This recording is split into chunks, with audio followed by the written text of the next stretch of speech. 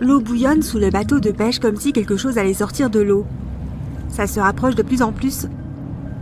Soudain, tu vois des mâchoires géantes et des dents étincelantes. Quelques secondes plus tard, un énorme requin saute hors de l'eau et fracasse le bateau. C'était le mégalodon, le plus grand poisson qui ait jamais existé sur Terre. Pendant longtemps, nous avons imaginé le mégalodon comme ça, une version agrandie du grand requin blanc. Mais les scientifiques continuent de débattre sur son apparence. À ce jour, ils sont toutefois d'accord pour affirmer que l'image que nous avions de ce requin géant était fausse. Voici les données dont les scientifiques sont sûrs. Taille, environ 15 mètres de long, soit autant qu'un bus scolaire ou qu'une rame de métro, et 8,5 fois la taille d'un adulte moyen. Comparons maintenant avec le requin blanc moderne. Le mégalodon est 3 fois plus grand, mais ce n'est qu'une estimation approximative. Nous n'avons pas de squelette entièrement préservé du mégalodon, car il ne possédait pas d'os, mais du cartilage. Il n'en est pas resté grand-chose au cours des 3,6 millions d'années qui ont suivi l'extinction des mégalodons. Tout ce qui a survécu, ce sont des dents et quelques vertèbres. En comparaison, les dinosaures se sont éteints il y a environ 66 millions d'années. Mais leurs os solides sont parfaitement conservés et nous avons de nombreux spécimens différents de leur squelette. Les scientifiques ont calculé la taille du mégalodon d'après ses dents et sa mâchoire. Ceci est une dent. Elle mesure environ 18 cm de long, soit davantage que la paume de ta main, et 3 fois la taille des dents d'un requin blanc moderne. La mâchoire du mégalodon faisait 2 mètres de large et comportait 5 rangées de dents. Au total, 276 crocs acérés comme des lames de rasoir. Les autres restes préservés sont la colonne vertébrale. Elle se compose de 150 vertèbres, chacune large de 15 cm. Elles contiennent beaucoup de calcium, car le mégalodon aimait le lait frais. Ah non, c'est parce que ces vertèbres devaient soutenir l'énorme masse du requin géant. À partir de ces fossiles, les scientifiques ont créé un modèle et ont calculé une taille approximative du mégalodon. Mais il aurait difficilement pu s'avérer plus grand. C'est une question de respiration. Plus le poisson est gros, plus il a besoin d'oxygène. Cela signifie que la surface des branchies doit être plus grande. Ce sont les organes qui filtrent l'eau et collectent l'oxygène. Si le mégalodon avait été plus grand, il aurait eu du mal à respirer. Les scientifiques pensent donc que 15 mètres était la taille maximale pour un individu. Mais en moyenne, la plupart faisaient 1 ou 2 mètres de moins. Ouf! Maintenant parlons du poids. En moyenne, un mégalodon pesait environ 30 à 35 tonnes. En comparaison, un requin blanc pèse 1 tonne, donc 30 à 35 fois moins. Facile. Avec ses 7,5 tonnes, un bus scolaire est 4 fois plus léger. Le poids d'un mégalodon peut être comparé à celui d'un Boeing 737 vide. Mais la baleine bleue moderne bat le mégalodon en taille et en poids. 30 mètres de long contre 15, presque 2 fois plus longue, et le poids de la baleine bleue est d'environ 180 tonnes, soit l'équivalent de 6 mégalodons, ou de 6 avions de ligne, ou encore de 33 éléphants adultes si tu aimes les comparaisons. Maintenant abordons la question de l'apparence du mégalodon. Les scientifiques pensent qu'il ne ressemblait pas à un requin blanc. Le mégalodon appartient à une famille de poissons différentes et ressemblait très probablement à un requin taureau géant. Son museau est aplati et ses yeux sont petits. Ses nageoires dorsales sont rejetées vers l'arrière. Le requin taureau en possède 2 de taille similaire. Sa couleur tire vers le brun clair avec un ventre blanc. Il a peut-être aussi eu des taches brun-rouge sur tout le corps, de même que son homologue moderne. Dès la première découverte de ces fossiles, on a pris l'habitude de considérer le mégalodon comme un monstre effrayant. C'était à l'époque de la Renaissance. Les gens ont trouvé des dents prisonnières des rochers. Au début, on pensait que ces dents étaient des langues de dragon ou de serpent.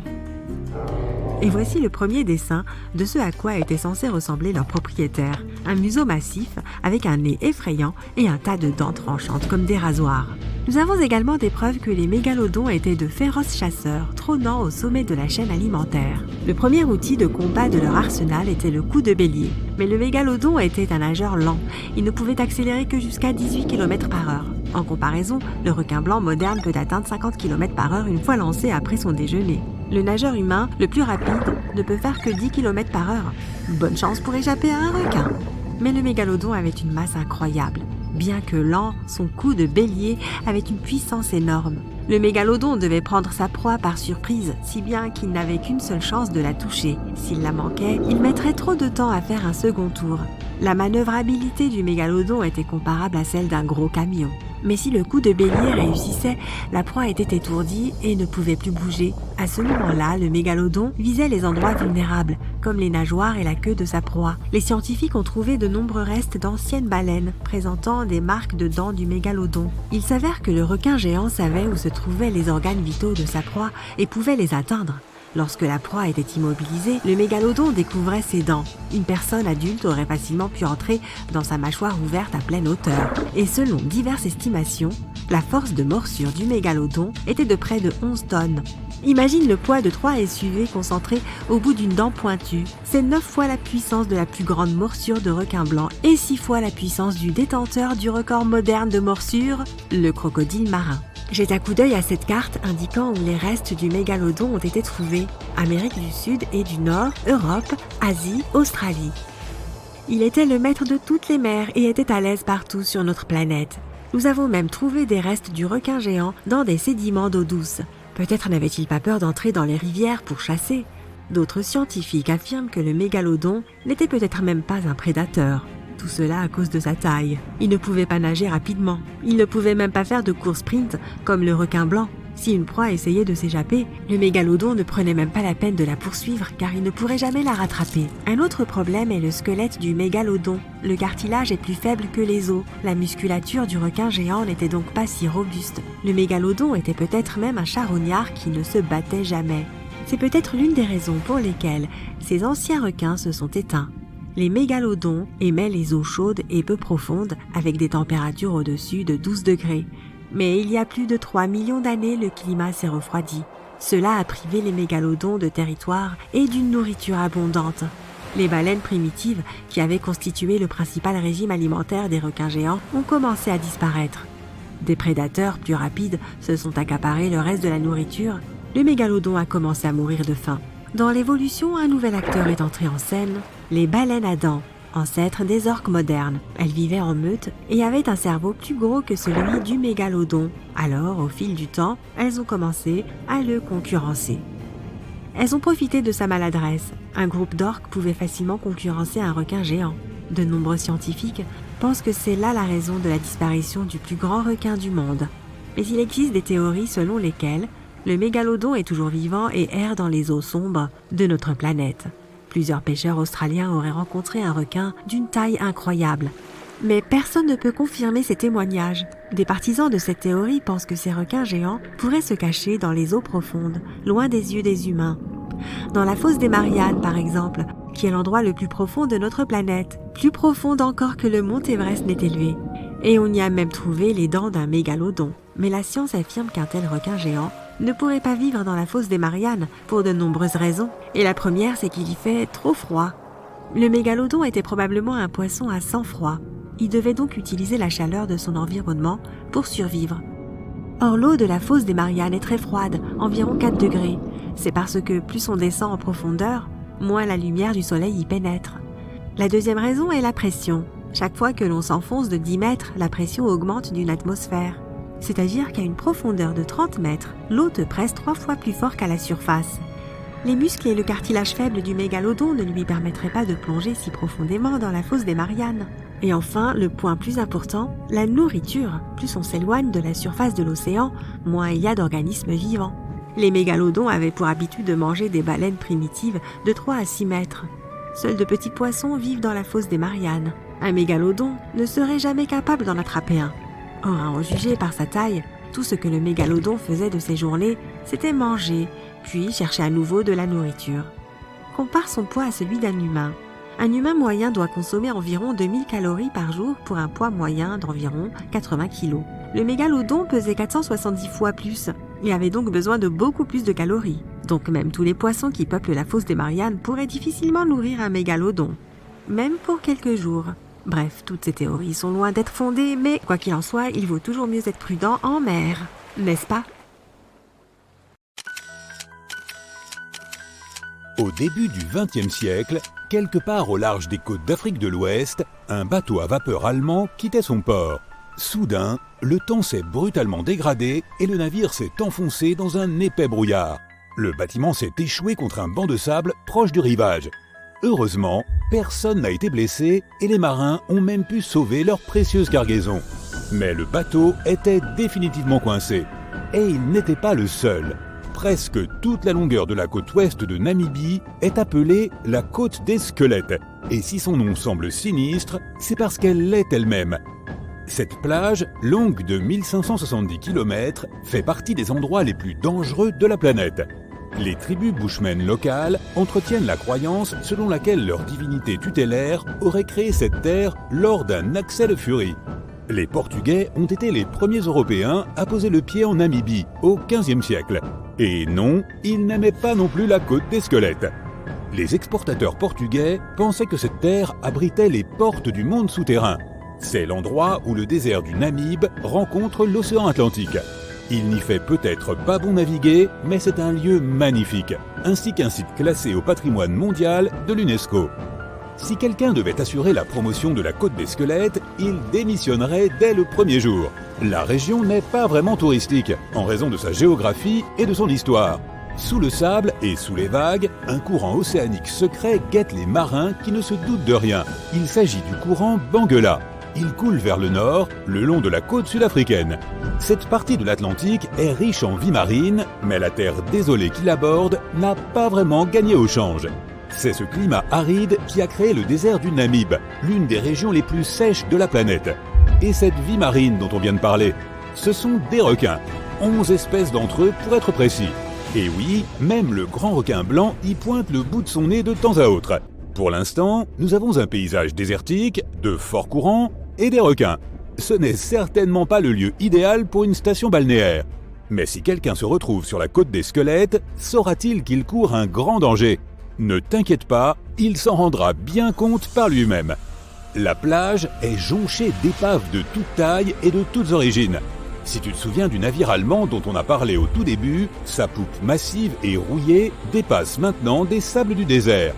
Au total, quelques 500 épaves sont disséminées le long de la côte. Et c'est une foule hétéroclite, des galions portugais vieux de plusieurs siècles aux navires qui s'y sont échoués à notre époque. Un bateau de pêche moderne, baptisé le Zeila India, a trouvé le moyen d'échapper à son câble de remorquage en 2008 pour se retrouver échoué sur la côte des squelettes.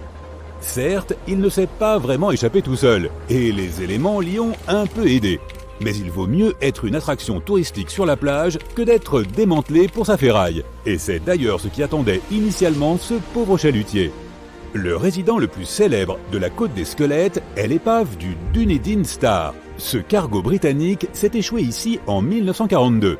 La vaste opération de sauvetage qui a suivi révèle pourquoi il est si dangereux pour les marins de s'aventurer ici. Les secours ont réussi à sauver tous les membres de l'équipage ainsi que les passagers. Mais à quel prix ? Un avion et un remorqueur ont été perdus au cours de l'opération et il aura fallu 2 mois au dernier des sauveteurs pour rentrer chez eux au Cap, en Afrique du Sud.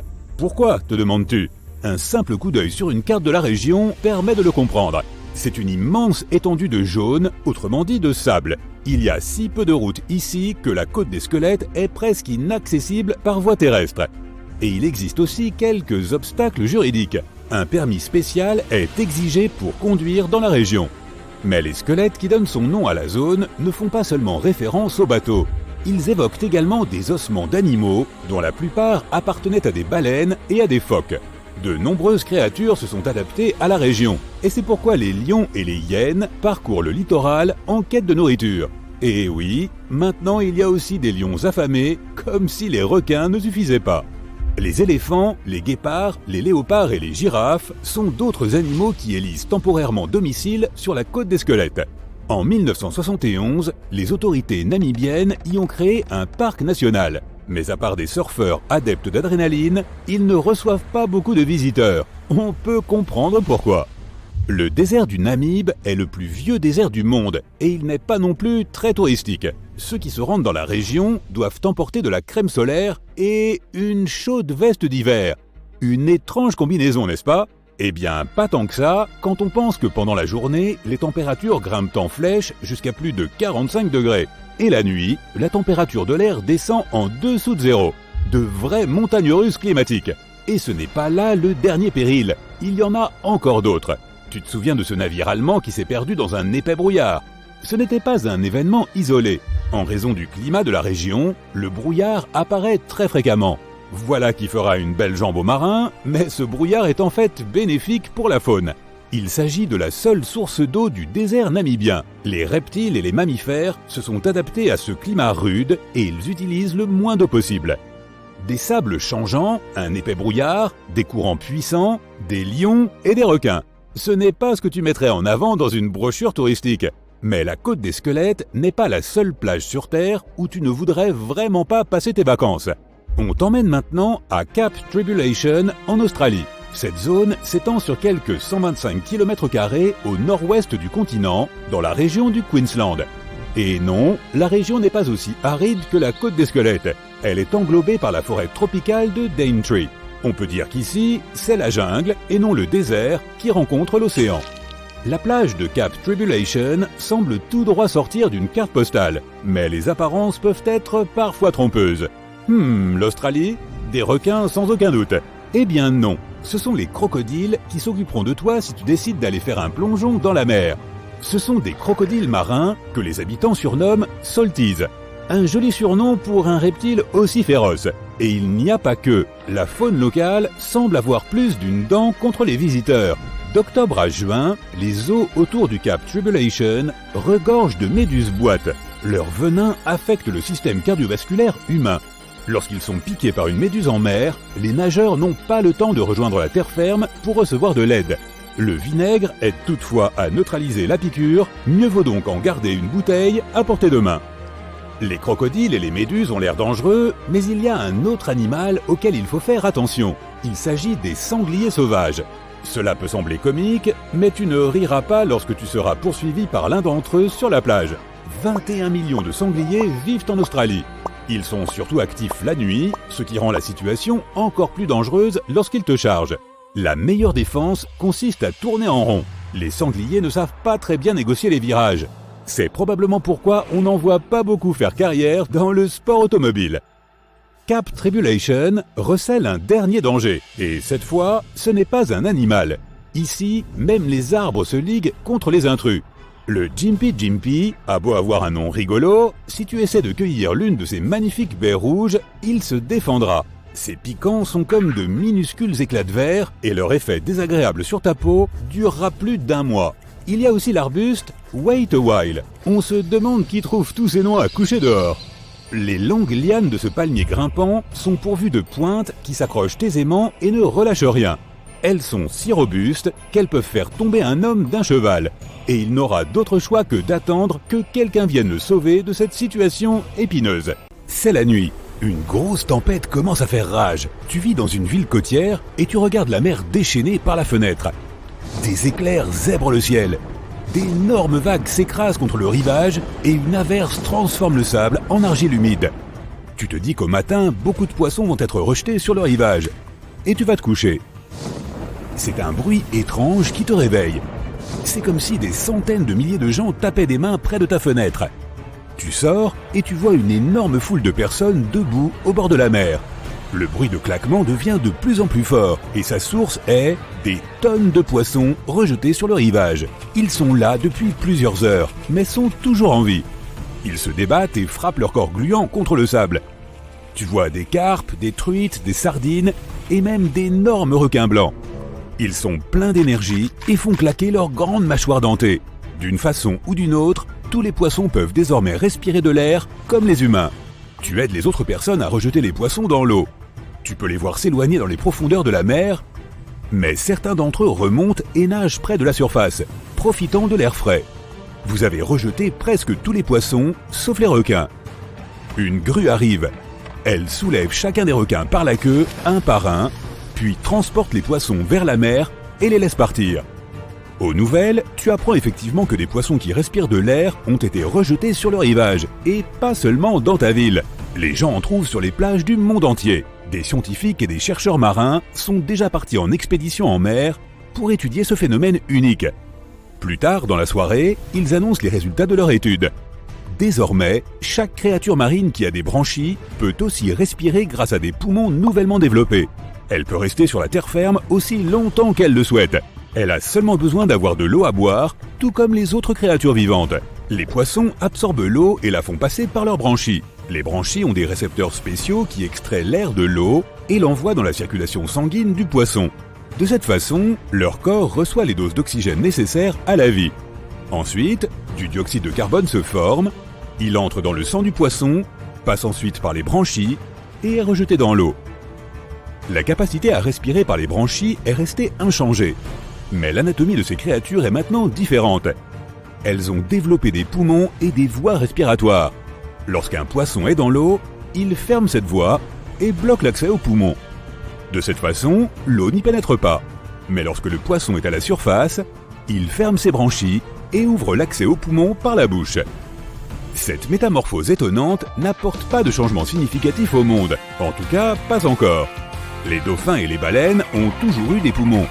L'air passe par leurs narines, qui sont situées sur le dessus de leur tête. Cette ouverture s'appelle l'évent. Les dauphins remontent à la surface, remplissent leurs poumons d'air et retournent sous l'eau pendant quelques minutes. Mais désormais, non seulement les dauphins, mais aussi toutes les autres créatures marines nagent près de la surface. Tu embarques sur un bateau pour faire une excursion en mer et tu vois ce phénomène choquant de tes propres yeux. Plus tu t'éloignes du rivage, plus tu remarques de poissons à la surface de l'eau. Ils sautent haut et replongent comme des dauphins. Ils semblent apprécier leur nouvelle aptitude. Il y en a tellement. Plusieurs dizaines de poissons sautent même sur ton embarcation. Tu les rejettes dans la mer. Tu vois un énorme aileron et tu éteins le moteur. Un requin nage à quelques centaines de mètres de toi. Il est à peu près de la taille de ton bateau. Heureusement, il est distrait par d'autres poissons et ne semble pas vouloir te prendre en chasse. Tu fais demi-tour et retournes près du rivage. Le crépuscule tombe. Tu peux voir les lumières de la ville. La mer est remplie de méduses lumineuses et de phytoplancton. À cause de cela, l'eau brille en bleu violacé. Tu es fasciné par ce spectacle et tu ne remarques pas que les lumières de la ville s'éteignent soudainement. Tu peux entendre les gens crier. Plus tu t'approches de la rive, plus les cris et les bruits de quelque chose qui s'effondre sont forts. Enfin, tu arrives à l'embarcadère, tu descends du bateau et tu découvres qu'une partie de la digue a été détruite. Les bateaux sont renversés, les lampadaires sont cassés, les fils électriques sont arrachés. Une longue traînée de liquide visqueux transparent mène de l'embarcadère à la ville. Tu glisses sur cette bave une ou deux fois. Les rues sont vides. Les voitures sont abandonnées. Les fenêtres des maisons sont cassées. Il y a des ordures partout et la route est aussi couverte de bave. Tu entends une sorte de bruit de succion provenant d'une ruelle sombre. Il s'approche de toi. Une petite pieuvre apparaît sur la route. Elle se déplace à la manière d'une araignée. À l'aide de ses tentacules, la créature grimpe sur une voiture, saute sur le mur et rampe. Après cette pieuvre, une autre sort. Plusieurs calamars la suivent. Certains d'entre eux rampent maladroitement vers toi. Tu fais un pas en arrière. De plus en plus de calamars et de pieuvres sortent de la ruelle sombre. Certains d'entre eux atteignent la taille d'une voiture. Tu vois un vélo couché sur le sol et tu montes dessus. Tu traverses des rues désertes avec une armée de pieuvres qui rampent derrière toi. Le sol commence à trembler sous les roues de ton vélo. Tu entends le rugissement assourdissant d'une bête inconnue. Tu regardes en arrière et regrettes immédiatement de l'avoir fait. Un énorme monstre de la taille d'un immeuble de 5 étages et semblable à un calamar brise le mur de la maison la plus proche d'un seul coup de son tentacule colossal. Cette créature est sortie du coin le plus sombre de la mer. Depuis que l'animal a une paire de poumons, il a hâte de prendre une bouffée d'air frais et pur. Ses instincts l'ont amené à la surface, où il a senti beaucoup de nourriture. Les lumières de la ville ont attiré l'attention du kraken. Avec ses énormes tentacules, il s'accroche au mur des bâtiments et à la route, et il te rattrape. Tu vois un tunnel droit devant toi. Tu pousses sur les pédales de ton vélo aussi fort que possible, et tu réussis à entrer à l'intérieur. Mais à ce moment-là, tu entends un bruit étrange dans ton dos. Le kraken, comme les pieuvres, n'a pas de squelette interne. Son corps est constitué de muscles. C'est pourquoi il peut se faufiler dans n'importe quel trou, comme un liquide. Le kraken te poursuit dans le tunnel comme un serpent avec des dizaines de queues. Mais sa vitesse ralentit. Tu accélères et sors du tunnel. Effrayé, tu pédales aussi vite que tu peux et atteins la ville la plus proche au matin. Là, tu rencontres tes voisins et apprends que des monstres marins sont apparus de manière inattendue dans les villes côtières du monde entier. Heureusement, ils ne restent pas longtemps sur la terre ferme. Ils vivent dans les profondeurs froides de l'océan depuis des années, et leur peau ne supporte pas la lumière du soleil. À l'aube, les monstres retournent dans l'eau. Mais les requins et les autres créatures marines viennent de plus en plus souvent sur le rivage pour déjeuner.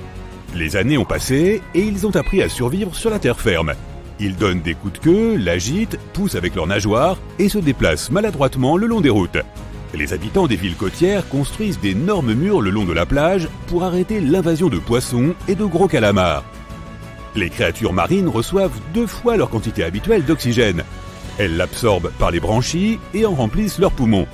Grâce à cela, le sang de leur corps circule mieux et plus vite. Cela rend leurs muscles plus forts et leur cerveau plus développé. Il devient difficile d'attraper les poissons. Ils s'échappent facilement des filets de pêche et sautent des bateaux. Cela augmente la population de tous les animaux marins, et en particulier des requins. Il devient dangereux de naviguer avec n'importe quelle embarcation. Un petit bateau de pêche peut facilement être renversé par un requin.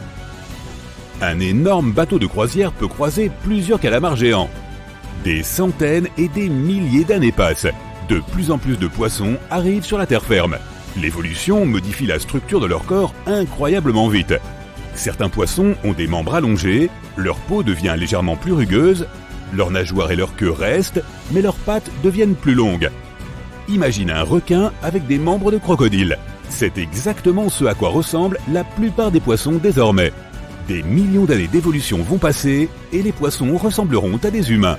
Mais ils seront couverts d'écailles avec de petites nageoires derrière les oreilles et une énorme nageoire sur le dos.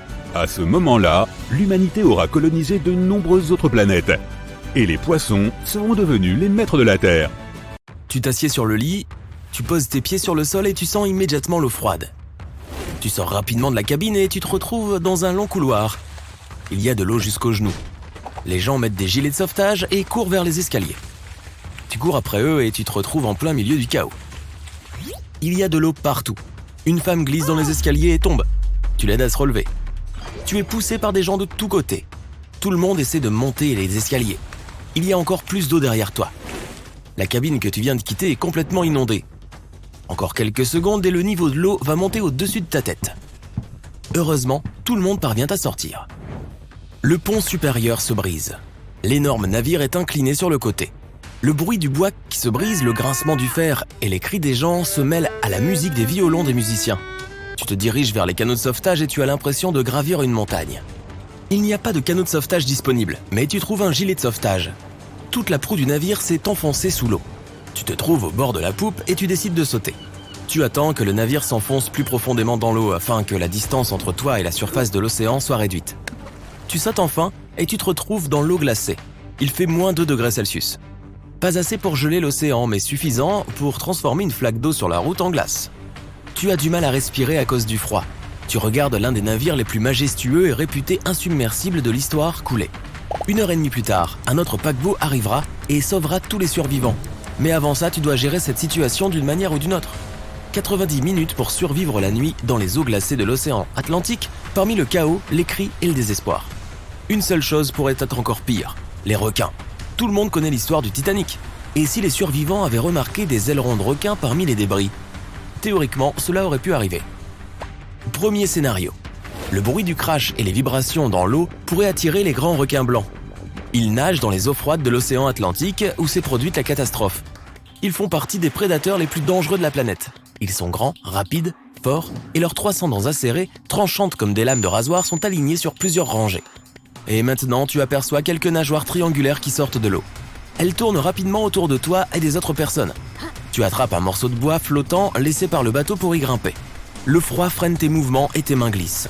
Ces bruits attirent les requins. L'un des prédateurs se dirige maintenant droit sur toi. La peur met ton cerveau en veilleuse et tes instincts se mettent en marche. Tu fais de ton mieux pour nager loin du requin aussi vite que possible. Bien sûr, il est inutile de fuir un requin rapide dans l'eau, mais tu essaies quand même. 2 secondes passent et tu sens ton talon frapper le nez du requin. L'autre pied entre dans sa gueule. Tu cries, tu sens les dents pointues sur ta jambe, tu fermes les yeux mais rien ne se passe. Après une seconde, le requin te laisse partir. Les grands blancs attaquent rarement les humains. S'ils mordent, c'est juste parce qu'ils veulent te tester. En réalité, la nourriture préférée du requin est le phoque. Après une légère morsure de test, le requin comprend que tu n'es pas un phoque, il se désintéresse simplement de toi. Mais si le requin a faim, il se fiche de quel genre d'animal tu es. Les survivants qui sont en sécurité dans le bateau n'ont aucune raison d'avoir peur. Le grand blanc ne les attaquera pas. Le prédateur peut tamponner un peu le bateau, mais seulement pour le tester lui aussi. S'il y a un frigo avec des steaks à bord et que quelqu'un décide de les donner aux requins, alors les problèmes commenceront. Plusieurs prédateurs vont pousser le bateau jusqu'à ce que les steaks tombent dans l'eau. Le requin nage loin de toi. Puis, l'un des canots de sauvetage te récupère. Tu es en sécurité. Bientôt, un autre paquebot arrivera et tu seras dans un endroit chaud et douillet. Deuxième scénario. Si l'eau était plus chaude, les survivants du Titanic pourraient rencontrer des requins bulldogs. Tu sautes dans l'eau depuis le navire qui sombre. L'eau n'est pas si froide, tu peux facilement nager jusqu'à la porte flottante la plus proche. Mais tu remarques un grand aileron triangulaire avec une pointe sombre sur le dessus. Contrairement au grand blanc, ces requins ne sont pas rapides. Ils semblent paresseux et lents, comme s'ils n'étaient pas intéressés par toi. Mais tu dois quand même escalader la porte aussi vite que possible. Les requins bulldogs sont parmi les plus agressifs au monde. Ils créent délibérément une illusion de lenteur pour que leur proie se détende. Au bon moment, ils deviennent agiles et rapides. On les appelle ainsi à cause de leur visage court et aplati comme celui des chiens. Et leurs corps sont puissants. Ces prédateurs aiment frapper leur proie ou d'autres requins avec leur tête. Dès que tu franchis la porte, le requin bulldog se jette dessus et tu tombes dans l'eau. Heureusement, il y a un bateau de sauvetage à proximité. Les gens te font monter à bord. Plusieurs requins frappent le bateau de tous les côtés. C'est effrayant, mais grâce à vos efforts combinés, vous gardez le bateau à flot. Bientôt, un autre paquebot arrive et fait fuir les prédateurs grâce à son signal sonore et au bruit rugissant de son moteur. Ce scénario désagréable est heureusement impossible. Les requins bulldogs ne nagent que dans les eaux chaudes de l'océan. Mais très souvent, on les trouve près des sources d'eau douce, les estuaires des rivières et les eaux peu profondes. C'est pourquoi les gens les voient si souvent près des plages. Renseigne-toi toujours sur l'endroit où tu vas te baigner avant de plonger dans l'eau. Le troisième scénario, le plus probable. Tu sautes dans l'eau, elle est encore glaciale et tu as du mal à bouger à cause du froid. Ton gilet de sauvetage te maintient parfaitement à la surface. Les lumières du Titanic en train de couler éclairent l'eau un petit peu. Et dans la profondeur noire infinie, tu remarques quelque chose qui ressemble à un gros bloc de pierre. Un poisson ancien, le requin le plus majestueux du monde, nage près de toi. C'est un requin du Groenland. Il nage même dans les eaux arctiques. Donc, ils ne craignent pas les températures froides de l'Atlantique Nord. Cet énorme prédateur est plus gros qu'une voiture.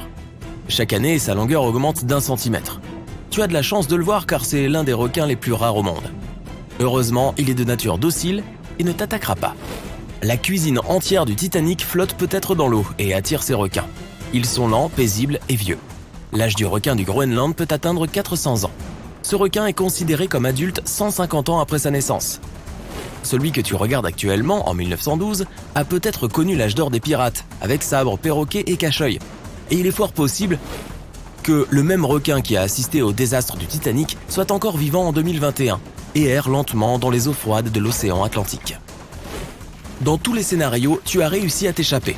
Mais si un requin t'attaque dans l'eau et qu'il n'y a pas de bateau à proximité, tu as quand même une chance de survivre.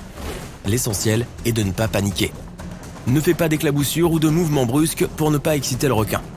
Tu portes un gilet de sauvetage, tu n'as donc pas besoin de bouger pour rester à flot. Ne t'éloigne pas du requin, sinon il pensera que tu es sa proie. Le requin va nager autour de toi, alors ne le perds pas de vue.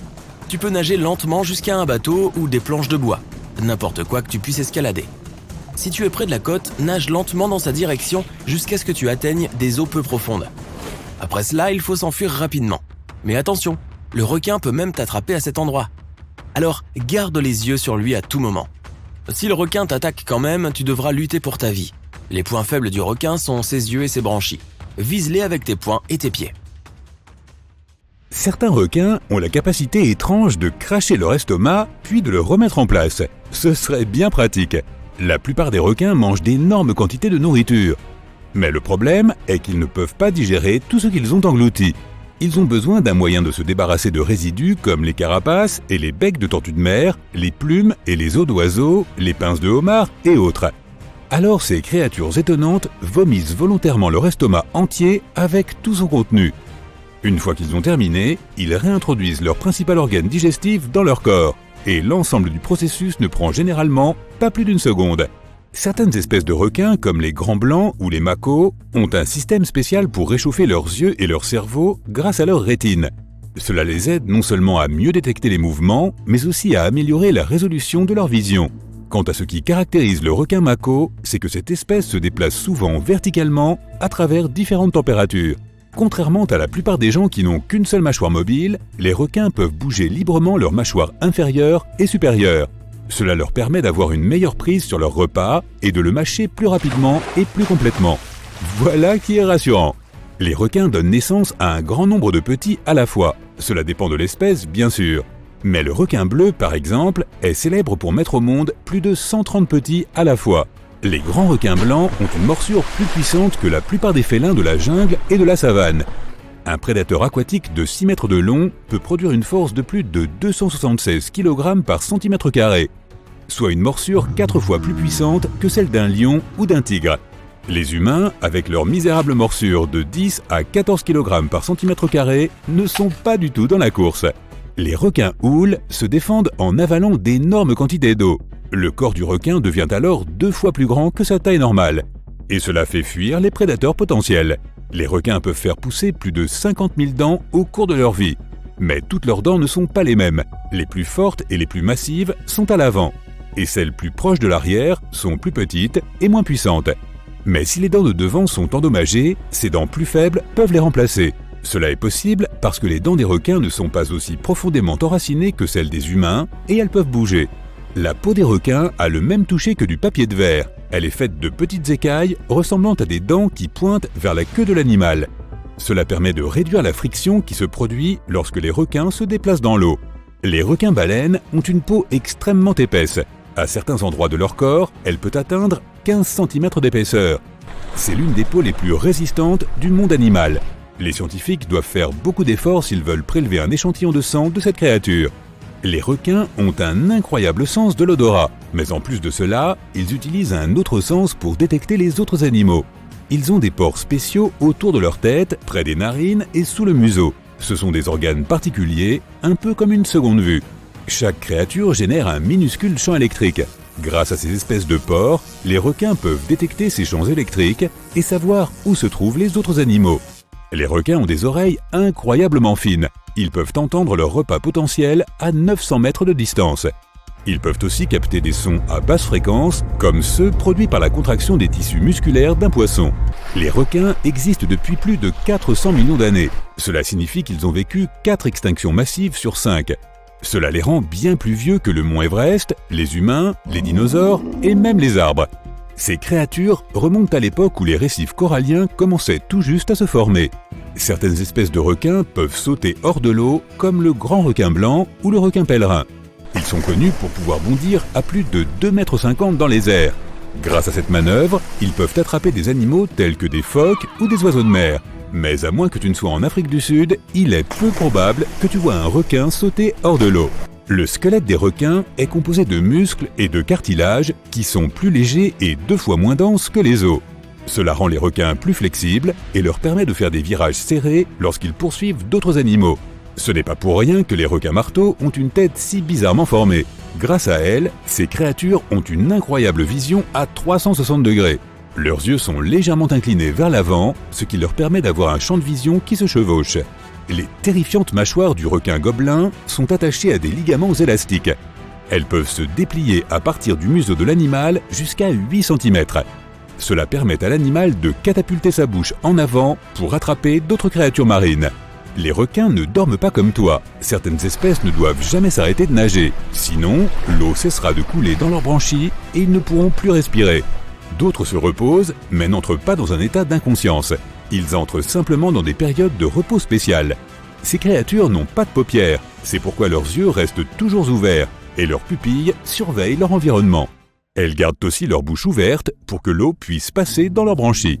Les requins peuvent parcourir des distances remarquablement longues sans avoir besoin de repos. Tout cela grâce à leurs habitudes de sommeil bizarres.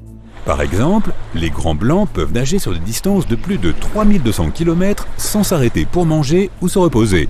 Comment se fait-il que ces créatures ne meurent pas de faim? Elles puisent dans la graisse stockée dans leur foie.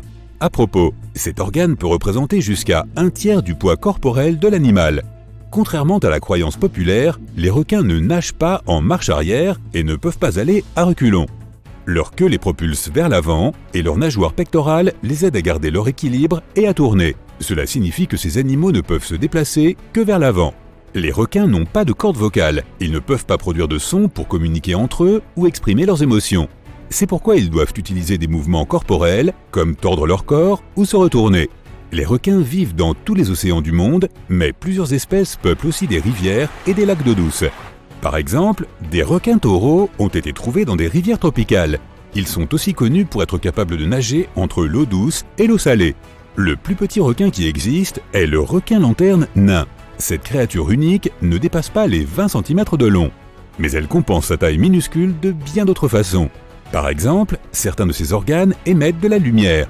Et comme la créature vit dans les eaux peu profondes, cela l'aide à se camoufler dans les rayons du soleil. Les requins bleus mangent beaucoup, souvent plus que ce dont ils ont besoin. Une partie de cette nourriture peut rester non digérée pendant des semaines jusqu'à ce qu'elle soit nécessaire pour leur apporter de l'énergie.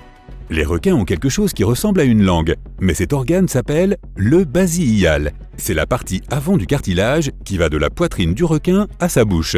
Il ne bouge pas et est à peu près inutile. Cette soi-disant langue ne participe pas au processus d'alimentation. Elle n'est pas recouverte de papilles gustatives. Sa seule véritable utilité pourrait être qu'elle soutient certains des os qui relient les branchies du requin. Il existe des centaines d'espèces de requins dans le monde, environ 500. Certaines d'entre elles sont plutôt bizarres. Il suffit de regarder le requin gobelin, le requin pèlerin ou le scalet féroce.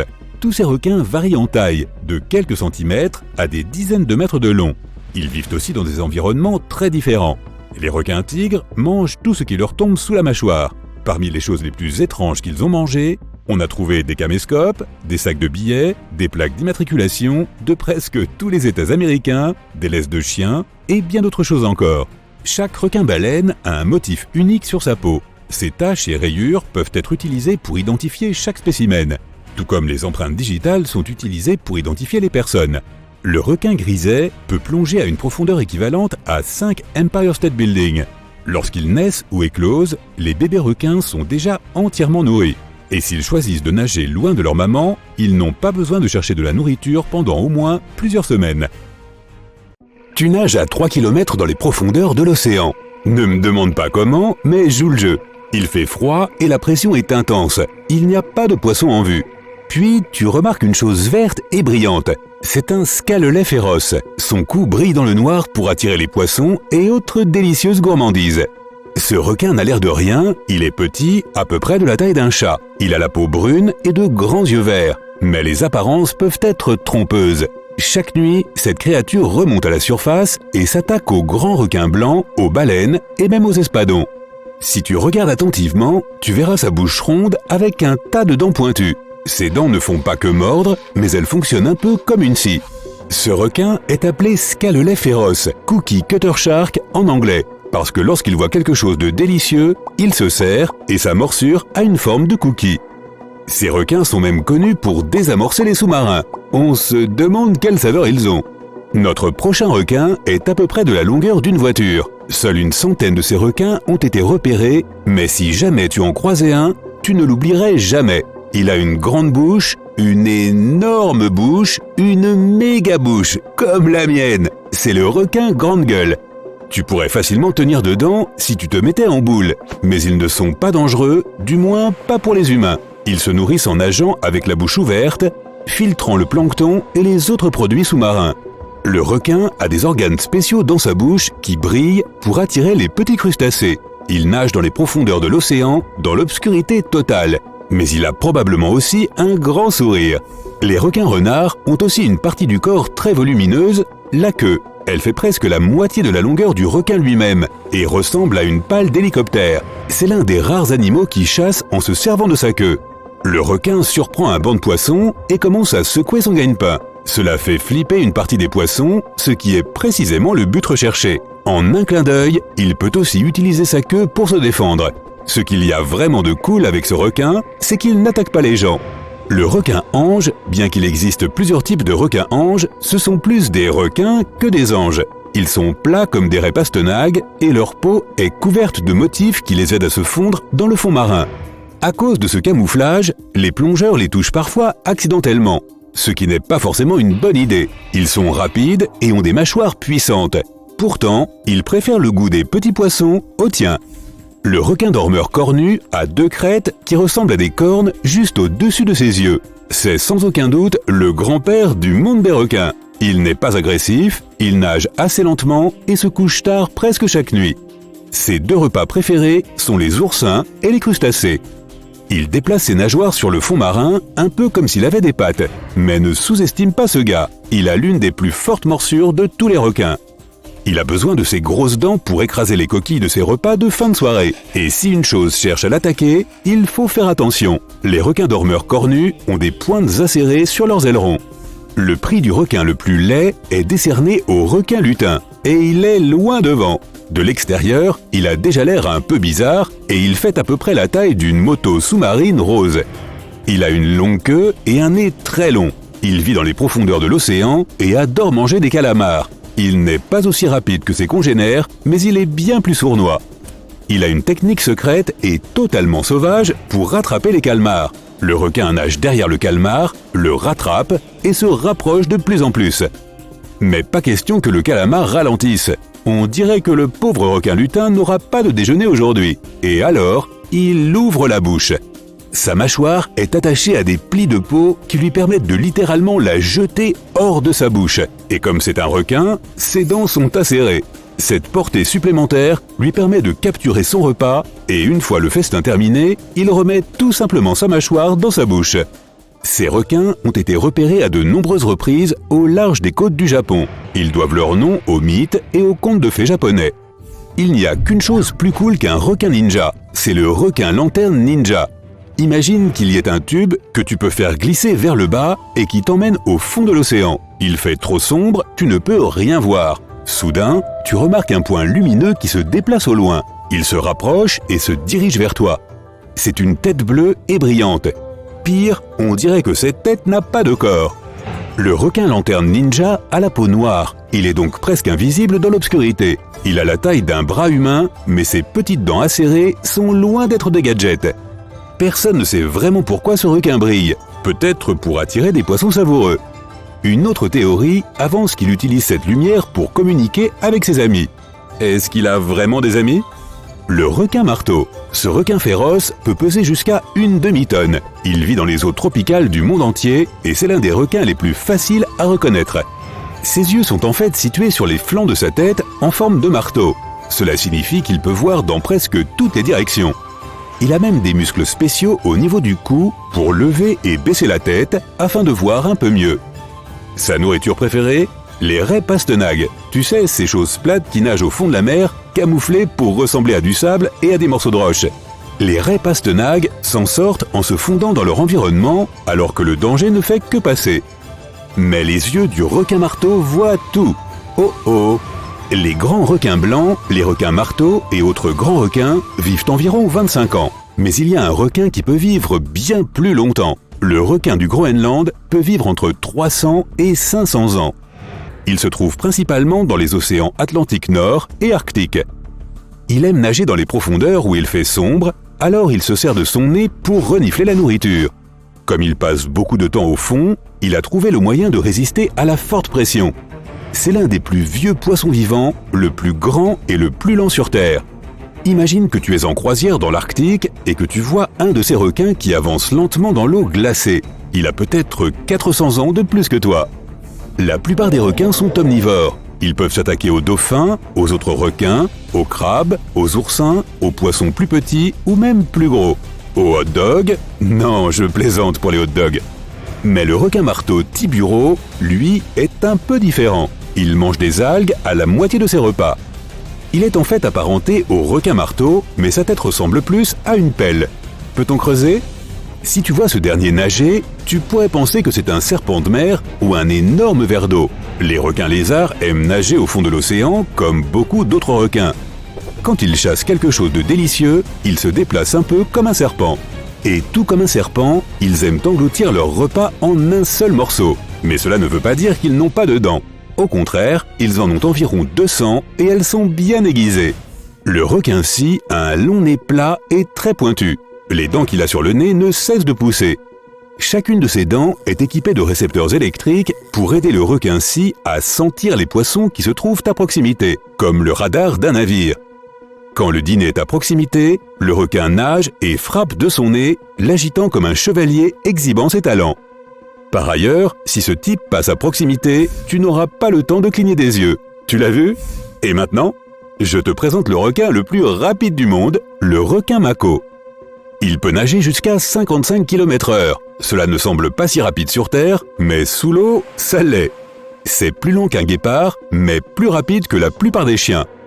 Il a le sang chaud, ce qui est super rare pour un requin. Cela lui permet de nager vers des endroits froids et éloignés où un requin ordinaire ne survivrait tout simplement pas. L'espadon va beaucoup plus vite. Il peut nager jusqu'à 90 km/h. Ce n'est pas un requin, mais c'est quand même une créature extraordinaire. Dans une course, l'espadon arrive généralement en tête. Mais il n'est pas seulement rapide, il est ingénieusement rapide. Il a une glande à côté de son nez qui pompe une huile spéciale. Cette huile se répand par le nez et ressort par de minuscules trous. Cette huile spéciale est imperméable, ce qui permet à l'espadon de glisser dans l'eau à grande vitesse. Le requin marteau est doté d'une stupéfiante vision à 360 degrés que l'on appelle binoculaire. Les yeux de cette créature sont inclinés vers l'avant et son champ de vision se dédouble donc. On le surnomme Wobegong en Australie, ce qui signifie barbe hirsute dans une langue aborigène. Tu verras, il faut un seul coup d'œil pour comprendre pourquoi elles ont choisi ce nom pour désigner cet habitant de la mer. Le Trigononiatus cabeyai sait comment créer sa propre lumière dans les eaux profondes et sombres de l'océan. Cet animal a des dents en forme d'aiguille et des mâchoires extensibles, ce qui lui permet de se nourrir de proies 2 fois plus grandes que lui. À première vue, toutes ces créatures n'ont rien en commun. Mais en réalité, ce sont toutes des requins. Il existe plus de 500 espèces de requins dans le monde, et beaucoup d'entre eux n'ont absolument pas l'air d'avoir quoi que ce soit en commun. Et pourtant, les requins sont les prédateurs les plus redoutables de l'océan, et ils existent depuis 400 millions d'années. Ils se sont adaptés à toutes sortes de conditions difficiles. Aujourd'hui, certains d'entre eux peuvent vivre en eau douce, dans les rivières et les lacs. La taille de ces créatures varie de la taille d'une main humaine à celle d'un requin-baleine de 12 mètres de long. La plupart des gens se sentiraient probablement plus soulagés s'il n'y avait pas de requins cachés dans les profondeurs de l'océan. Mais peu d'entre eux savent que la disparition des requins se traduirait aussi par un désastre pour notre planète. Imagine-toi te réveiller dans un monde sans ces super prédateurs. Si tu es un surfeur, tu n'aurais plus besoin de scruter les eaux à la recherche de cet infâme aileron triangulaire caractéristique des requins. Si tu es un habitué de la plage, tu n'auras pas à être tout le temps sur tes gardes, prêt à sprinter vers la rive dès que tu entends le sifflet d'un maître nageur. Les réalisateurs de films seraient perdus car ils devraient partir à la recherche d'un nouveau méchant. Mais la vérité, c'est que les requins ne sont pas aussi mauvais qu'on l'imagine. Ce ne sont pas tous de grandes créatures en forme de torpille avec des dents aiguisées. Par exemple, le requin pèlerin a de toutes petites dents et il ne les utilise même pas pour se nourrir. Les dents du requin dormeur cornu ressemblent à des molaires et aident l'animal à écraser ses proies qui ont des carapaces dures. Et comment une minuscule roussette des profondeurs de 20 cm de long peut-elle te faire du mal? Contrairement à ce que beaucoup de gens pensent, l'homme n'est pas le repas préféré des requins. En général, ils nous confondent avec des dauphins et des phoques de taille similaire. La plupart des espèces de requins préfèrent les poissons, les calamars et les palourdes. En y pensant bien, moi aussi.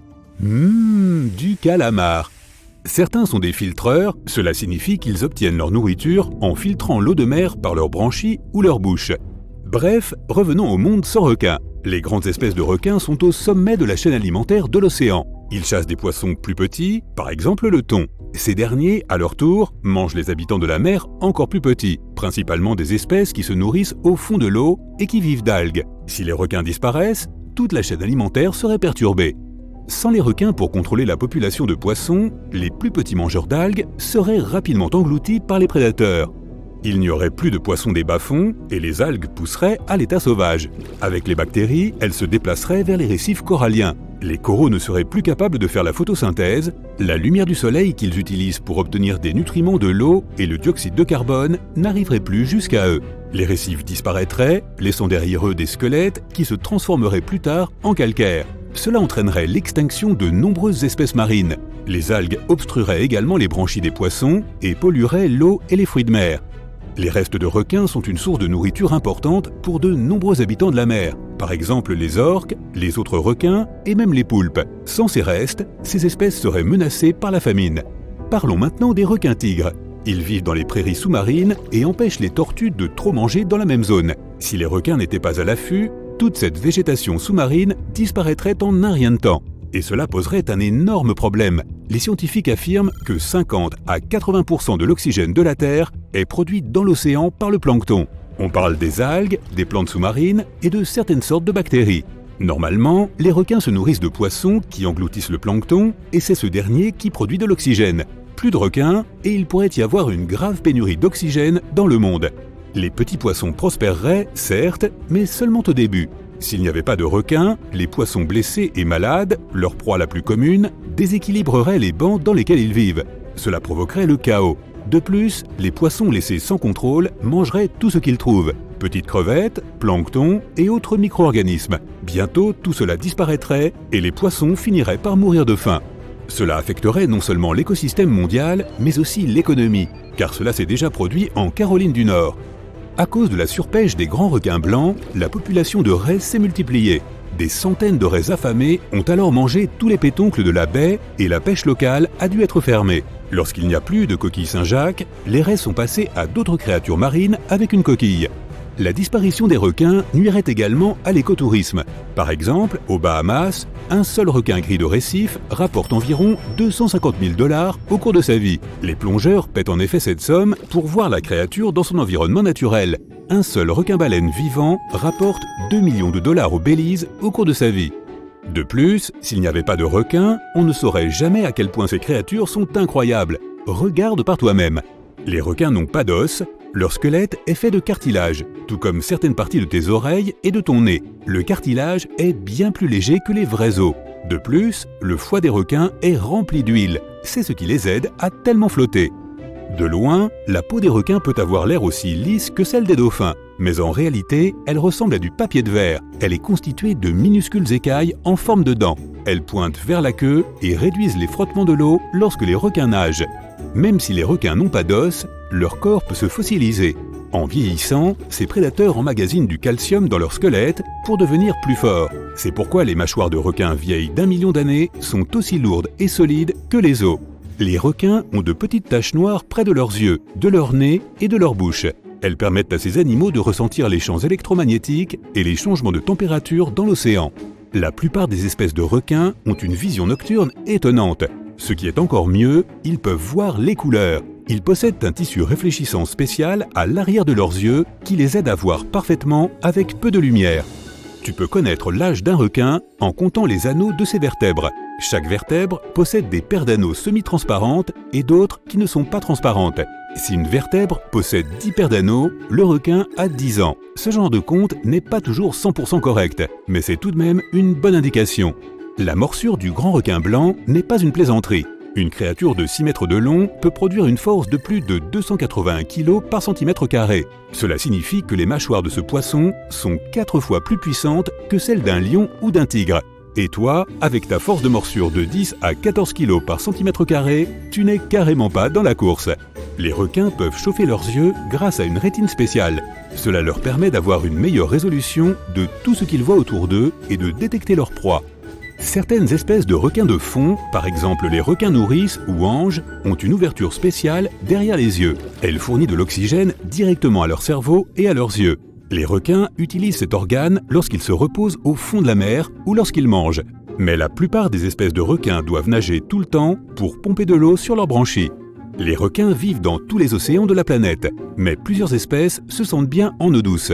Par exemple, on peut trouver des requins taureaux dans les rivières tropicales. Ils se sont adaptés et peuvent désormais vivre aussi bien en eau douce qu'en eau salée.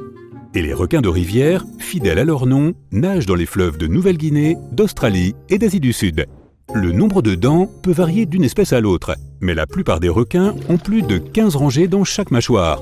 Une ligne après l'autre, elles passent des plus grandes et des plus fonctionnelles à l'avant, aux plus petites et aux moins puissantes à l'arrière. Un requin peut avoir jusqu'à 35 000 dents résistantes aux caries au cours d'une vie.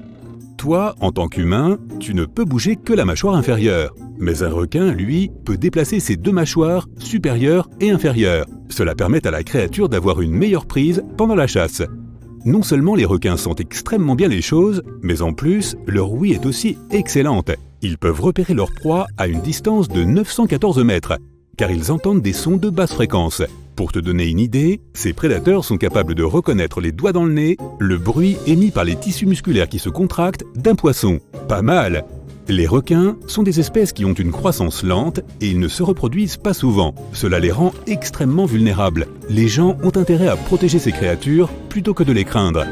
Oh, et enfin, quand tu vas jouer au poker dans un casino, méfie-toi d'une autre espèce de requin, celui qui joue aux cartes. Si tu ne fais pas attention, il te prendra tout ton argent. C'est le prédateur le plus grand et le plus féroce à avoir jamais hanté les océans. Le requin mégalodon a dominé les mers pendant des siècles avant de s'éteindre il y a des millions d'années. Pourtant, les scientifiques n'ont réussi à découvrir que très peu de restes du requin géant. Tout ce que nous savons sur le grand monstre des mers, nous l'avons appris grâce aux fossiles de ces dents géantes qui font à peu près la taille d'une main humaine moyenne. Les scientifiques ont estimé la taille du requin préhistorique à l'aide de calculs basés sur la longueur d'une dent de mégalodon. En moyenne, la longueur d'un mégalodon était de 10 mètres. Les plus grands spécimens pouvaient atteindre jusqu'à 17 mètres de long. Cependant, ces méga-requins étaient peut-être encore plus grands que ce que nous pensons. Au Muséum d'histoire naturelle de Floride, un groupe d'étudiants a examiné des répliques de dents de mégalodon imprimées en 3D pour calculer la taille du requin en utilisant la méthode de la longueur des dents. Mais quelque chose clochait. Chaque élève a calculé une taille différente pour le même requin. Leurs estimations allant de 12 mètres à 55 mètres. Le paléontologue en charge du projet a jeté un coup d'œil aux équations des élèves. Il s'est rendu compte que la méthode qu'ils avaient utilisée pour calculer la taille du mégalodon pendant des décennies n'était pas du tout précise. Ils ont donc inventé une nouvelle méthode pour calculer la taille du mégalodon, en se basant sur la largeur de la dent au lieu de sa longueur. Il s'est avéré que le mégalodon moyen aurait mesuré environ 20 mètres de long. C'est presque le double de la taille que les scientifiques avaient auparavant estimée, et cela signifierait que le mégalodon moyen avait la longueur de 2 bus scolaires. On n'a jamais découvert un tel squelette de mégalodon. Les squelettes de requins sont principalement constitués de cartilage, ce qui signifie qu'ils se décomposent rapidement. Heureusement, les dents des requins tombent et repoussent sans cesse tout au long de leur vie. Un requin peut avoir 40 000 dents en une seule vie. Les scientifiques ont donc réussi à étudier différents types de requins en se basant uniquement sur leurs dents. Le mégalodon avait environ 276 dents. Lorsqu'elles tombaient, ces dents atterrissaient dans les fonds marins où elles sont restées pendant des millions d'années, se fossilisant. Les scientifiques ont trouvé ces dents et elles sont la seule véritable trace que nous ayons de l'existence du monstre. Le mot mégalodon signifie d'ailleurs dent géante. Sa dent fait environ 18 cm de long. À titre de comparaison, la plus grande dent d'un requin blanc ne fait que 7 cm de long. Pour trouver un ensemble de dents plus grand, il faudrait remonter à 65 millions d'années pour trouver le grand Tyrannosaurus rex, dont les dents avaient une taille impressionnante de 30 cm. Des dents de mégalodon ont été découvertes dans le monde entier. Cela signifie que, contrairement aux autres animaux marins de son époque, le mégalodon était intercontinental. Même aujourd'hui, la plupart des requins et des animaux marins ont tendance à rester dans une seule mer ou un seul océan. A l'inverse, le mégalodon nageait librement dans le monde entier, se déplaçant entre les eaux tropicales et subtropicales. Des dents de mégalodon ont été trouvées au large de tous les continents, à l'exception des eaux glaciales de l'Antarctique. Lorsqu'un mégalodon fait une apparition dans un film ou une émission de télévision, il est dépeint comme une version géante d'un grand requin blanc. Les scientifiques pensaient auparavant que le mégalodon et le grand requin blanc descendaient tous deux d'un ancêtre commun, mais ce n'est pas le cas. En fait, il est plus probable que le mégalodon ait été l'ennemi juré de l'ancêtre du grand requin blanc, le requin mako aux dents larges. Cela signifie que le mégalodon n'était peut-être pas si semblable au grand requin blanc après tout. En réalité, le mégalodon aurait eu un museau plus court que le grand blanc, ainsi que des nageoires pectorales plus longues qui lui donnaient une carrure plus trapue et plus menaçante. Non seulement le mégalodon était le plus grand requin du monde, mais il était aussi l'un des plus gros poissons ayant jamais existé. Un super prédateur de cette taille devait avoir besoin d'un régime alimentaire énorme pour rester en mouvement. Le mégalodon aurait mangé 1150 kg de nourriture chaque jour. Le régime du mégalodon était composé de plus grandes espèces de poissons, de dauphins et même d'autres espèces de requins. On a découvert d'anciens os de baleines fossilisés avec des marques de dents de mégalodon. Cela signifie que les mégalodons n'étaient pas intimidés par leur taille et auraient essayé de se régaler des baleines géantes du passé. Les scientifiques ont effectué des simulations informatiques pour essayer de déterminer le style de chasse de l'ancien requin. Grâce à cette technologie, ils ont découvert que le style d'attaque du mégalodon était très différent de celui des requins modernes. Les requins modernes plongent directement vers la partie la plus vulnérable de leur proie, par exemple le ventre mou d'un phoque. Les dents du mégalodon étaient particulièrement adaptées pour mordre à travers des zones de cartilage plus résistantes. Ces preuves suggèrent que le mégalodon commençait par mâcher les nageoires les plus robustes de sa proie, le rendant incapable de s'éloigner à la nage avant de lancer son attaque finale. La gueule d'un mégalodon mesurait environ 3 mètres de large et 2,70 m de haut, ce qui est assez grand pour que tu puisses nager dedans sans toucher aucune dent. Mais ce serait toutefois déconseillé. Sa gueule était si grande que le mégalodon aurait pu avaler une petite voiture sans même avoir à mordre dedans. Des équipes de recherche d'Australie et des États-Unis ont collaboré pour déterminer la force de morsure du mégalodon à l'aide de simulations informatiques. Les résultats sont terrifiants. Alors que le grand requin blanc moderne a une force de morsure de 1,8 tonne, le mégalodon pouvait facilement croquer sa proie avec une force de 18,2 tonnes. La morsure du mégalodon serait facilement capable de couper l'acier et de dominer n'importe quel autre prédateur dans l'océan. Les scientifiques pensent que le mégalodon avait la morsure la plus puissante de toutes les créatures ayant jamais existé. Sa morsure aurait aisément surpassé celle du T-Rex, dont la force était de 6 tonnes. Mystérieusement, personne ne sait exactement quand et comment le mégalodon s'est éteint. Cependant, plusieurs théories circulent pour expliquer comment cela a pu se produire. Le mégalodon s'est éteint à la fin du Pliocène, qui était une phase de refroidissement global qui s'est étendue sur plus de 5 millions d'années et s'est terminée il y a plus de 2,6 millions d'années. De nouvelles preuves suggèrent que le dernier mégalodon a vécu il y a au moins 3,6 millions d'années en plein milieu de l'ère Pliocène. Une autre théorie affirme que ces méga-requins ont disparu à cause du changement de température de la Terre survenu au Pliocène. Lorsque la Terre s'est refroidie, les eaux tropicales des océans du monde entier ont chuté à des températures plus froides. Les scientifiques pensent que cela a entraîné l'extinction d'un tiers de tous les grands animaux marins, ce qui signifie que la source d'alimentation du mégalodon a été massivement réduite. Sans beaucoup de proies à chasser, le mégalodon s'est inévitablement éteint. Les mégalodons donnaient naissance à leurs petits dans les eaux proches du rivage. Les eaux côtières peu profondes constituaient une nurserie parfaite pour les requins nouveau-nés, les tenant éloignés des grands prédateurs qui rôdaient dans les eaux libres. Lorsque la glace s'est formée autour des pôles de la Terre et que le niveau des mers a baissé, ces terrains de mise bas ont été détruits. Les petits du mégalodon n'auraient eu d'autre choix que de nager dans les eaux profondes de l'océan, ce qui les aurait rendus plus vulnérables aux dangereux prédateurs. Une nouvelle théorie suggère que l'explosion d'une étoile, appelée supernova, pourrait être responsable de l'extinction du mégalodon. Il y a environ 2,6 millions d'années, une supernova située à plus de 150 années-lumière de la Terre a illuminé le ciel préhistorique et s'y est attardée pendant des mois. Quelques centaines d'années après que la supernova se soit estompée, des particules d'énergie cosmique provenant de l'explosion de l'étoile sont tombées sur la Terre. Ces particules d'énergie transportaient des quantités dangereuses de radiation. Les chercheurs pensent que ces radiations auraient pu provoquer l'extinction massive de nombreux animaux marins, dont le mégalodon. Les radiations des particules s'étendaient sur des centaines de mètres dans l'océan et étaient plus dangereuses pour les plus grosses créatures que pour les plus petites. Plus la créature est grande, plus elle absorbe de radiation. Or, le mégalodon de 20 mètres de long était bien assez grand pour absorber de grandes quantités de radiation.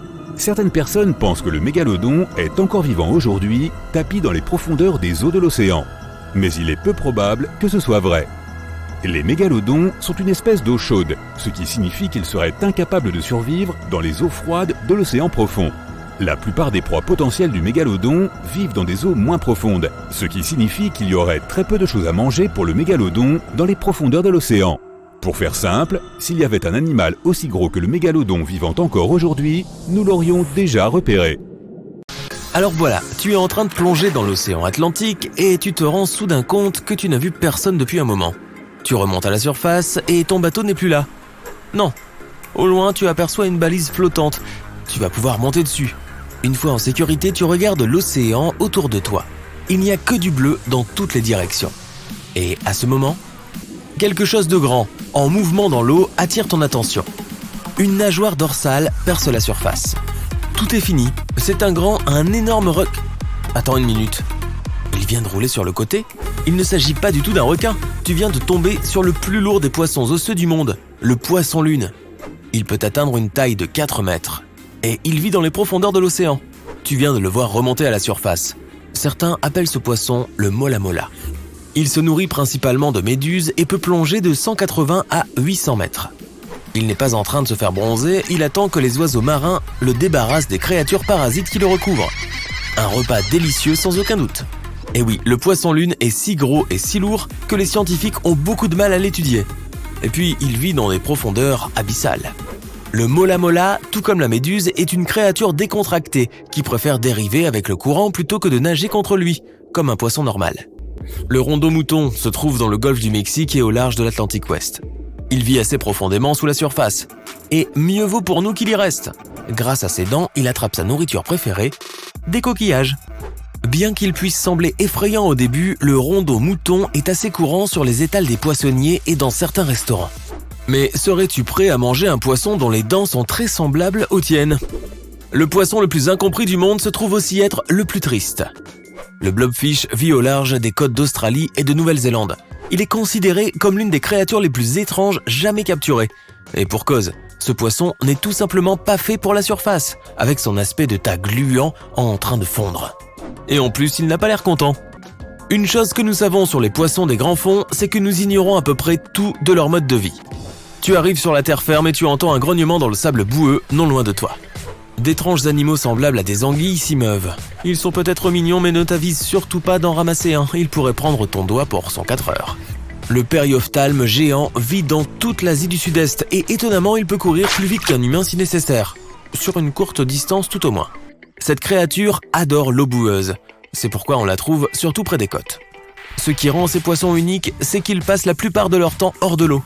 Bien qu'ils ne mesurent que 30 cm de long, ils peuvent faire des bonds d'environ 60 cm. Les palmiers marcheurs d'Amazonie sont un des plus grands mystères de la forêt. Tu décides de faire le voyage, ces arbres ne se promènent pas avec des jambes comme toi et moi, mais ils peuvent quand même se déplacer de 20 mètres tous les 1 ou 2 ans. Leur secret, c'est que leurs jeunes racines cherchent la lumière du soleil, tandis que les plus vieilles quittent le sol, une racine devant l'autre. Leurs mouvements sont incroyablement lents. Tu ne peux pas simplement t'asseoir pour assister à ce spectacle. Mais si tu as beaucoup de temps devant toi, tu remarqueras que les arbres se déplacent de semaine en semaine à la recherche de la bonne lumière. Tu es maintenant dans la jungle ouest-africaine où tu te balades en sifflotant. Tu te munis d'un petit bâton pour écarter les toiles d'araignée qui se trouvent sur ton chemin. Tout va bien jusqu'à ce que tu réalises que ce bâton te chatouille la main et qu'il remue. Heureusement pour toi, ce que tu viens de ramasser est un mille-pattes géant africain. Il fait environ 30 cm de long, ce qui le fait ressembler à un petit serpent. Ce chatouillement que tu sens, ce sont ces 250 pattes qui s'agitent. Ces 1000 pattes font partie de la même famille que les crabes et les araignées, mais ils ne mangent que des plantes et des feuilles mortes. Tu te rends à présent dans le Nevada pour une belle promenade. Et oui, pourquoi pas. Comme il fait très chaud, tu décides de sauter dans ce joli bassin naturel que tu viens de trouver. Le seul problème, il est absolument interdit de s'y baigner. Pourquoi ? À cause de ce qui est peut-être le poisson le plus rare au monde, le cyprinodon. Il ne mesure que 2,5 cm de long et ne vit qu'ici. C'est une espèce précieuse et protégée, alors lis bien les pancartes et ne songe même pas à aller nager dans leur voisinage. Le bassin où vivent les cyprinodons est célèbre pour une autre raison encore, c'est un indicateur de tremblement de terre. Quand il y a un séisme, par exemple en Indonésie, au Japon ou en Chine, des vagues se forment ici même, dans le Nevada. Tu n'aurais pas tort de vouloir te faire examiner les yeux si tu voyais ce petit animal renifleur. La taupe à nez étoilé est l'une des créatures les plus bizarres qui soient. Les tentacules présents sur son nez aident cette taupe presque aveugle à trouver sa nourriture. Son nez a une sensibilité 5 fois supérieure à celle d'une main humaine. Mais ce n'est pas tout. Les taupes à nez étoilé sont aussi les mangeurs les plus rapides du monde. Encore plus rapides que moi. Elles peuvent même détecter la présence de nourriture sous l'eau. Cet animal est vraiment incroyable. Les tardigrades, parfois surnommés oursons d'eau, sont parmi les créatures les plus intéressantes de la planète, et aussi les plus folles. Ces animaux microscopiques sont les êtres les plus résistants de la Terre. À quel point te demandes-tu ? Eh bien, tu peux les trouver dans les parties les plus profondes de l'océan, sur les sommets des montagnes, dans les volcans, les forêts tropicales et même en Antarctique. Ce sont aussi les seuls animaux capables de survivre dans l'espace. Ils peuvent dormir pendant des milliers d'années sans nourriture ni eau, puis se réveiller et marcher comme si de rien n'était. L'ourson d'eau pourrait régner sur la planète, si seulement il était un peu plus gros. Le Glaucus atlanticus semble tout droit sorti d'un film de science-fiction, mais en réalité, il ne s'agit que d'une très curieuse limace de mer. N'en approche surtout pas ta main si tu en vois un. Ils se font parfaitement dans les vagues de l'océan lorsqu'ils flottent à la surface. Sa couleur bleu vif permet au glaucus de se fondre dans son environnement. Mais ce n'est pas ce qui le rend si spécial. Son dard est assez puissant et peu agréable, mais le glaucus ne produit pas son propre venin. Il se contente de le voler à d'autres créatures aquatiques venimeuses. Pas mal pour un animal ne mesurant que 2,5 cm de long. Que dirais-tu d'une délicieuse noix de coco ? Tu as besoin de te ressourcer après avoir vu tant d'animaux bizarres. Bonne nouvelle, une noix de coco vient de tomber de cet arbre. Mais quelque chose d'autre est tombé en même temps. Il semble que cette noix de coco ait déjà un propriétaire. Les crabes de cocotier trouvent des noix de coco sur le sol et leur arrachent cette matière brune et fibreuse qui les recouvre. Puis ils attrapent la noix de coco avec une pince et grimpent sur un arbre. De là, ils la jettent au sol pour l'ouvrir. Le crabe est donc là-haut et son repas en bas sur le sol. Pas de souci, les crabes de cocotier aiment sauter des arbres et ils atterriront sans problème après une chute de 4,5 mètres. Mais attention, ne te risque pas à attraper ce crabe avec tes mains. Le crabe de cocotier a la pince la plus puissante de tous les crustacés. S'il peut ouvrir une noix de coco, tu vois où je veux en venir. Bon, tu viens de découvrir pas mal de créatures incroyables, mais tu ne connais pas encore la myxine.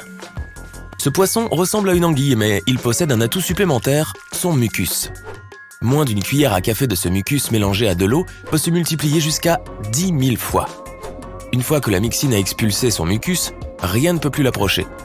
Et si un peu de cette substance s'infiltre dans son nez ? Elle a appris à l'éternuer.